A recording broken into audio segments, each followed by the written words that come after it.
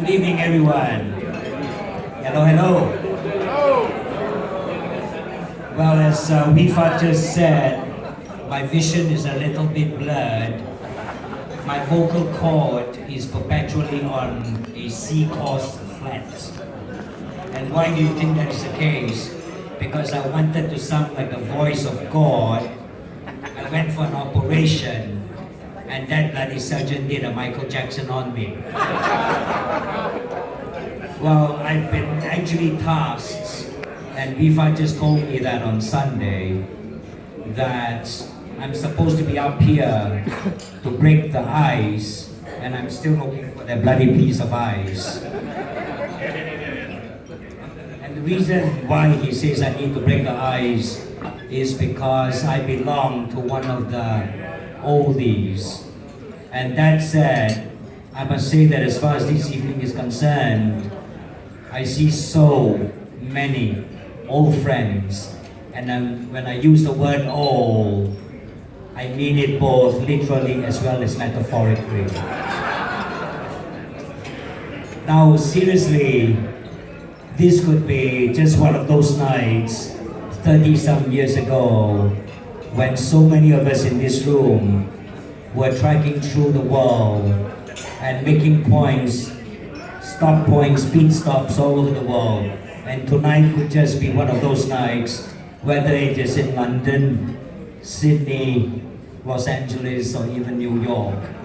And I tell you, obviously, as far as we are concerned, the one person holding us together was none other than, as Rifat said, the maestro, and you will get to hear from the voice of God later.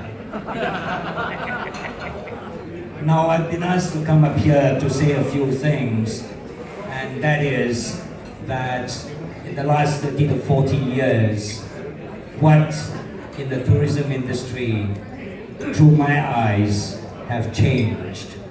And I was saying to Rifat that I would be the least qualified person to come up here to say that, because as I was saying to some of my old industry colleagues here, that I left Malaysia in 1987, and for the better part of 26 years I was away from the country and only just came back to start work here again in 2014. So what am I?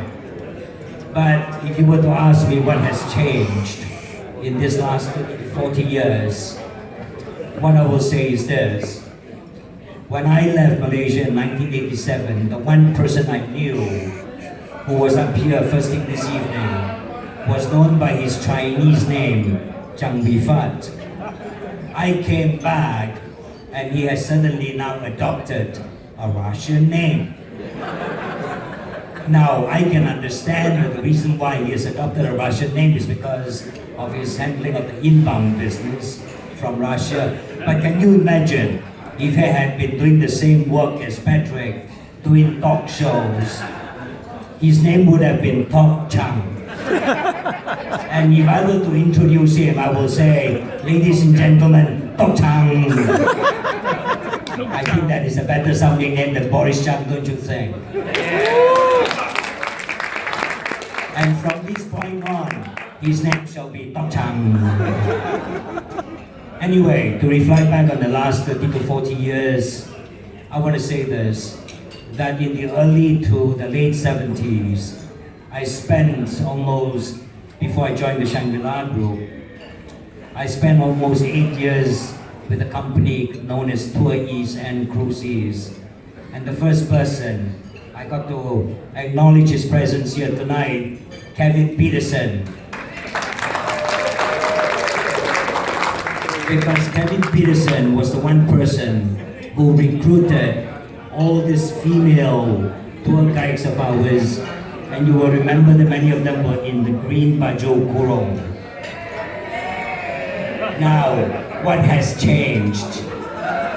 That group of yay female tour guides was the wildest bunch of women I had ever come across in my entire life. And 30-some years later, when I came back 3.5 years ago, in this same event, someone came up to me and said, "Hey Albert, someone at the back wants to say hello to you." So I went all the way to the back that end, and there was this woman who came up to me, all clad in her tudong, gave me a hug and a kiss, and I got to push her away and say, "Excuse me, sorry, anyone from the religious department here will put me under Kawan now." Very dangerous. So what else has changed? The one thing that has changed, and Patrick and I were just talking about it, when I spoke earlier about the fact that my vision is blurred, my speech is a little slurred, and I'm a little bit hard on hearing, I think I'm speaking on behalf of some 50% of us here in this room anyway.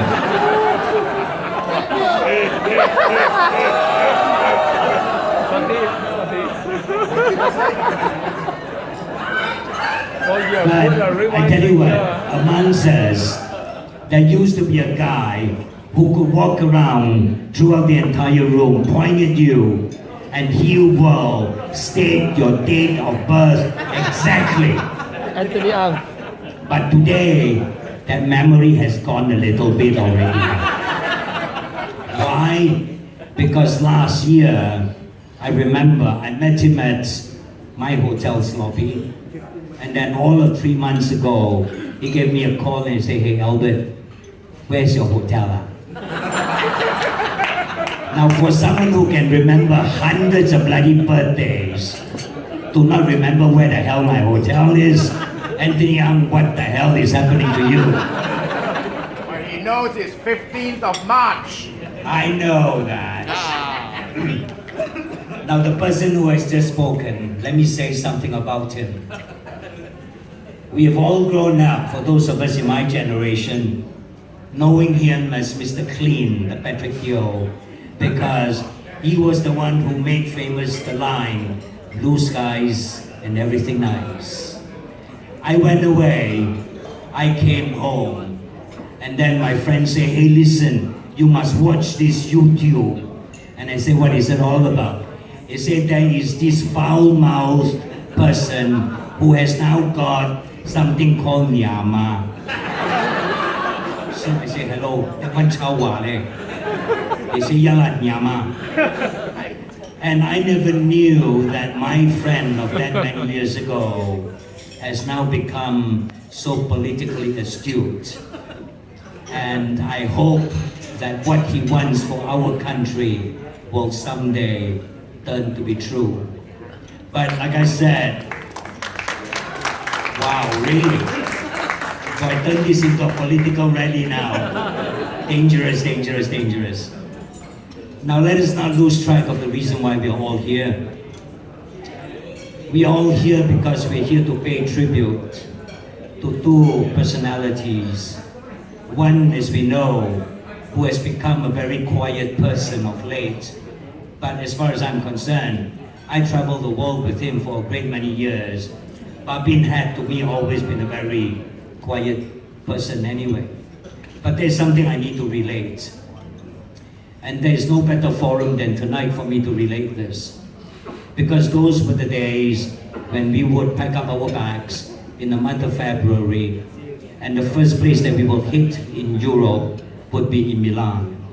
And from Milan, we will make treks up to Frankfurt, from Frankfurt to ITB in Berlin, and in between that, probably Cologne, Düsseldorf, and we will finally end up in London. Now, I remember that year was a very cold winter with very heavy snowstorms. And just outside of Frankfurt, I remember paying a sales visit to Dr. Kitsky, some of you will remember, up in the Taunus Mountains. And we had to literally trudge through 1.5 meters of snow. Anyway, we ended our, I think it was a 5-week trip. We had a final weekend in London, and Babin, who usually doesn't talk much because he only reads Playboy magazines in New York. And Anthony Ang will be able to attest to that. Babin came up to me and said, "Hey Albert, let's go buy a new pair of shoes." I said, "Huh? Babin, you do shopping?" And he says, Yala, have to lah. So on that Sunday afternoon, I went out to High Street London with Babin. And of course, he's quite a fussy shopper, by the way. And he wanted his shoes to be without any design, without any stripes, it must be plain, but it must be shiny. So finally, he found himself a pair of leather shoes. And after that, he put on the new pair of shoes, and he told the salesperson, he said, you can throw this away, the old pair. And I said, Babin, nobody does that. He says, no, Albert. He took his shoes, turned it up, there was a big hole this big. And I said, Babin, we went through bloody Europe 5 weeks. We trudged through snow, and you have a hole this big in your shoes. And he said, yeah, but don't tell anybody. So 30 years on, I kept my mouth shut for 30 years. But 30 years on, I have to share this because there are not that many more opportunities for me to share this, because the next time this party takes place, I don't even know whether Tok Chang is going to invite me back. The next personality that we are all here to pay tribute to, we all know him fondly and intimately as Chek La. And obviously today, he is known to us as Dato' Chek La. Chek La to me was truly the one person who put Malaysia on the map as far as tourism is concerned.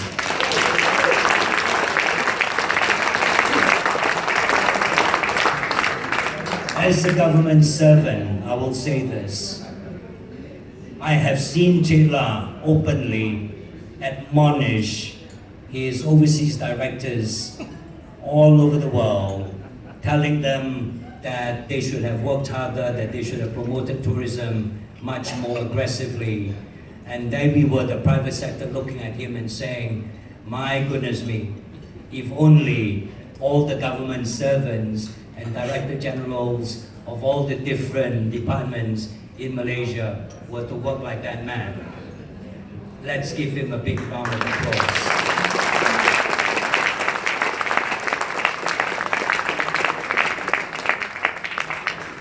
The song that we heard earlier in the evening, To Know Malaysia is to Love Malaysia. The architect of that song, I remember, and that song, led by Dato' Abdullah Johnit, who took us around the world 30-some years ago. That song was what all of us knew by heart. And when I left the country in 1987, that was the one song that I held dear to my chest. And then guess what? When I came back to the country, it was no longer the song To Know Malaysia is to Love Malaysia. Instead, there was another saying. And that saying was, to know Malaysia is to laugh at Malaysia. And I felt a very heavy dose of sadness in that. And it is good that tonight we were able to rekindle that one song in our hearts. And once again, to the architect of that song, ladies and gentlemen, Dato' Cheong. Now the other task that has been assigned to me tonight is to call on a few industry veterans, and by that I'm actually referring to the majority of the people who are seated up here in this table, on this table. And I will be calling upon Rohana Ramli, if you would. Please. I would like to also call upon Agus Salim. The next person I would like to call on would be Rashid Khan. Please come up here, please, please, please. Because timing is of an essence, as Tok Chang was telling me. Tok Chang now. Okay. Please come up here. For all those people whose names I have just called, and the others that I would like to call would be Anthony Wong, Anthony Ang, Now, Patrick, I was actually going to call you as well, but I was told by Tok Chang that you will be given a separate program later. So what I will do is I will call on 001. Willie Hui to please come on stage as well. This is not James Bond, guys. This is 001. Now, why are all these people up here? All these people are up here because they are here to share with us the same thing that I've shared with everyone earlier as to, from their own eyes, what in the last 30 to 40 years have changed. So what I will do is this. I will go to the only rose amongst the thorns first. A round of applause for Hannah Ramlee.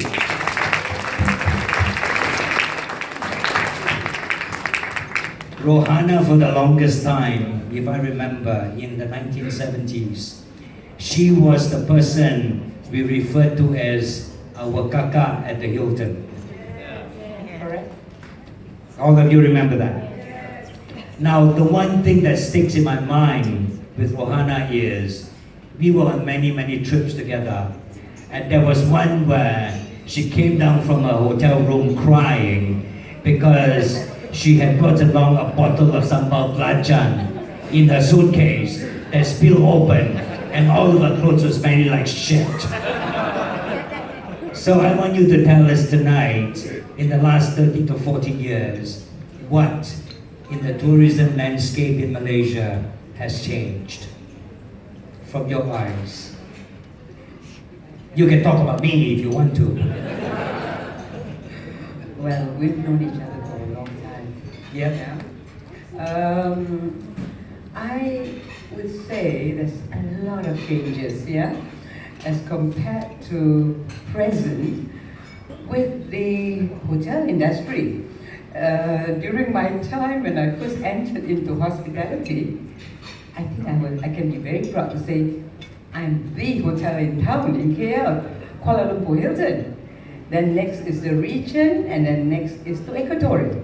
That's about it. And then at the Merlin, yeah. But but now you name it. So if you talk about 30, 40 years ago, now what chain is not in Malaysia? Everyone is. Yes. And are they getting the right rates for their brand? Oh my God, we are entering into a territory we don't No. We are talking rates now. No, sorry. Raise your bloody rates, guys. No, I am sad because when I go to other countries, you get charged US dollars, whatever dollars. I hear the ringgit Malaysia lagi 300 lagi. Sorry, we shouldn't control. You want a brand, and you should pay. That's the difference. How true. Rohana Ramlee, round of applause. Okay, ID yourself to everyone, please. ID yourself. Well, I must say, I'm quite young in this industry. Bullshit.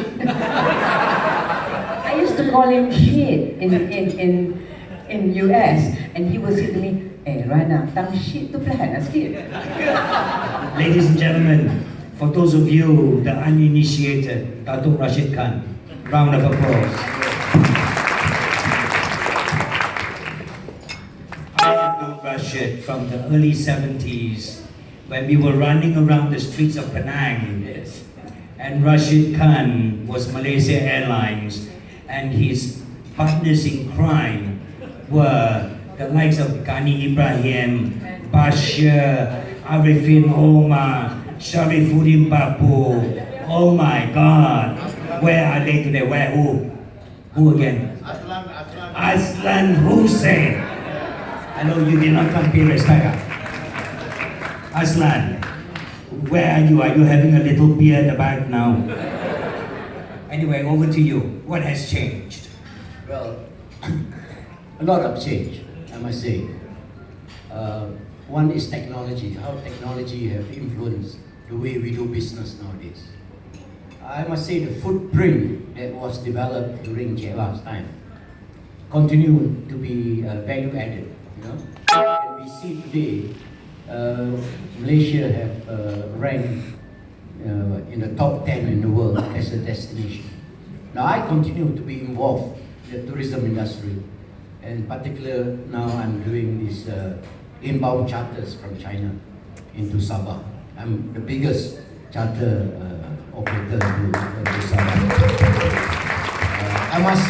I must say this is only possible because over the years, Tourism Malaysia, the Ministry of Tourism, the other stakeholders, the hotel industry, the travel agent, tour guides, tourism attraction operators, they have played an important role. And it makes me easy to sell a destination. And things have changed because what was China before? They were far behind us. And look at China today. They are among the top sources of tourism. And things have changed, the landscape has changed. But I'm very happy that we don't change. We are all good. Thank you very much. It is only our external that has changed. Okay, we are looking just a little bit younger than 40 years ago. Yeah, we don't grow old. Thank you, a round of applause. The next person, in case many of you don't know, he was actually Malcolm Gable's contender. And if that was Elvis, this was Cliff Richard. And if he wanted to be Cliff Richard, this was Elvis. My friend, this is someone who used to be Mr. East Coast. And I have known him from, again, the 70s, Pantai Primula, and my God, Aku Saleh. Over to you. Thank you, Albert. What has changed? Well, both my friends and my colleagues here have said a lot has changed. Yes, I do agree. But I'd like to share with you a little story. Way back in the late 90s, 98, 99, when we were faced with this economic crisis. Some of you may still remember. I remember that the first time I had a call from the PA of the then Prime Minister, Tun Dr. Malik, that she wanted my phone number. Well, I was then the president of the Malaysian Association of Hotels. I suppose that's the reason why, that maybe the Prime Minister would like to have a chat with us from time to time, but he's never done that before. So when we were called the first time to meet the Prime Minister to talk about tourism, I said, wow, this is new. So there were several meetings. I don't want to go through with what was discussed in those meetings. There was one particular session that we had when we were called by the Prime Minister again. This time there were quite a few of us. There was a representative from MAS. There was, I think, who was that? Bashir. Yeah, Aloha. And there was, of course, somebody from Mata, myself. Shamim. Sorry. And at that point in time, Tourism Malaysia was supposed to have presented their case to the Prime Minister because they wanted additional 250 million ringgit to add on to their marketing budget. So the Prime Minister listened to them, and of course he wasn't all that excited about it, and he asked them to go back and redo the whole thing. Then the four of us was asked to stay behind. The representatives from the various organizations, the four of us, MAS, Mata, and the other one, can't remember. Anyway, and we were confronted by about 10 or 12 of these people, the think tanks who were, of the Prime Minister. We had Governor Bank Negara, we had the Deputy Prime Minister, we had the Finance Minister, we had, they were scary lot. And here we were, four of us, being confronted by this bunch. It was not a very comfortable situation to be in. Anyway, we were asked by the Prime Minister what we thought of the industry at the moment. Well, that was really a real broad question. And we started with MAS. MAS said we were doing all right, we were working well with Tourism Malaysia, and I knew fully well that MAS and Tourism Malaysia at that time wasn't working well at all. So, well, it's good to say that when Shami wants to just say the things that perhaps the Prime Minister wanted to hear. He came to me and he said, when my turn came, I said, sir, there are two problems we are faced with. One is structural at the state level and at the federal level. There's no continuity, which was right. We keep changing our director or DG every 2 years, and before you knew it, before the marketing plans can be approved, he's gone. We should have kept Jela throughout the entire time. So, I said, so I took him back. I said, sir, let me take you 25 or that time or 30 years back. And I said, those days, before we had the Ministry of Tourism, we were under MITI. Ministry of Trade, Tourism Development Corporation. Yeah. And I tell you, we were so passionate then. Of course, Cik Lau was the guy who was pushing us. We were very passionate. There was only a handful of us. Yeah, on the TDC. There were only a handful of us who goes around all over the place, trying to sell Malaysia. Of course, I was trying to sell the East Coast. Well, the turtles are not coming back anymore. A round of applause, Agus I said, even then, we did not have the support, any big financial support, because being under MITI, it was just a division of the ministry, so nobody really cared for us. But, let me tell you this, we were respected by our neighbors. Singapore didn't have the ideas of what we were doing, what the ideas we had. Indonesia, Thailand, nowhere.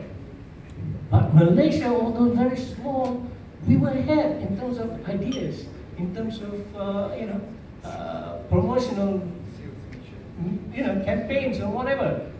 And that was Chilla.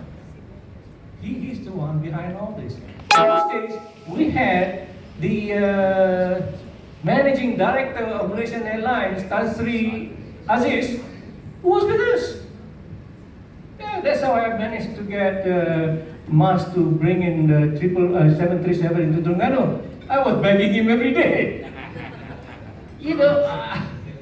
So those were the days then. We were very dedicated, passionate guys.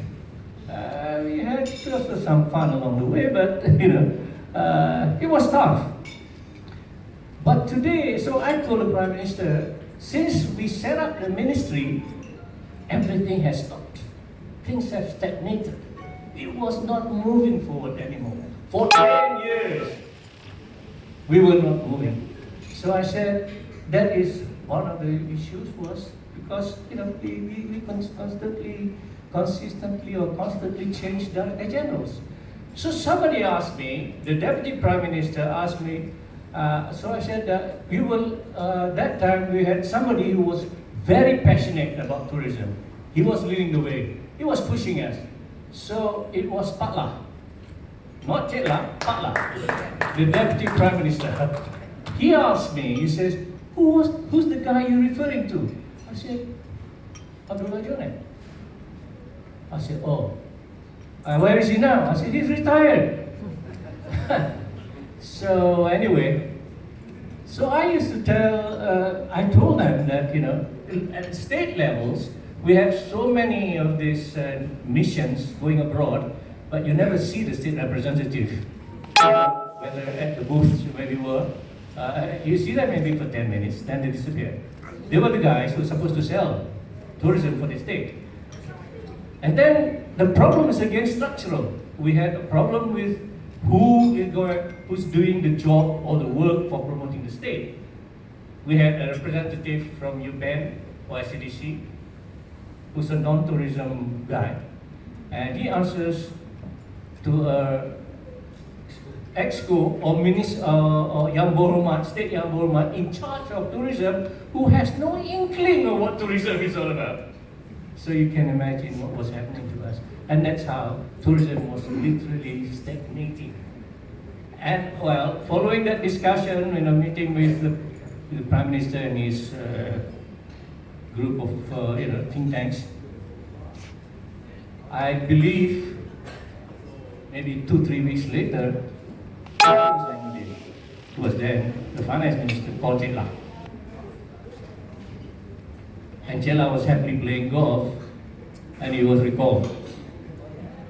So I did tell the Prime Minister, I said, look, you can't have somebody to be Director General of Tourism who has no idea what tourism is. Tourism is a business. It's not like any other ministry. You know, a Ministry of Health or, yeah, it's not a business. Tourism is a business. So you got to know the business. So I suppose the rest is history. I think Cheong was recalled, though he was initially quite upset with me because he was enjoying his retirement. Anyway, when things started to take to the better, when we had a minister who was pretty enthusiastic as well, among other things, but at least he was enthusiastic. So things changed then. But sad to say, at this point in time, we are still not ahead of our neighbors. We are still behind. Thailand now has received 10 million Chinese tourists. We have 1.4 million. So we are still not doing so good. Thank you, Angus. Thank you very much for the contribution. My God. When Angus, as all of you know, sitting on my right-hand side, so I said, Angus, how are you? He says, I'm getting old. I didn't realize that. But his long-windedness, he's telling me, yes, he's bloody old now. The next person I want to, for all of us to give another round of applause, Anthony Wong here. Anthony Wong, to all of us in Malaysia, is known as Mr. Green Tourism, and I think he deserves the accolade. And again, I go back to the early 70s. I was managing the tourist officer in Kuala Lumpur at the time, and Anthony was running around. He was one of my outsourced contractors for doing tours to Taman Negara. And from being a tourist guide going into Taman Negara, today he is the owner of the very successful Asian Overland, as well as a huge resort on the island of Langkawi. Round of applause. Anthony, over to you.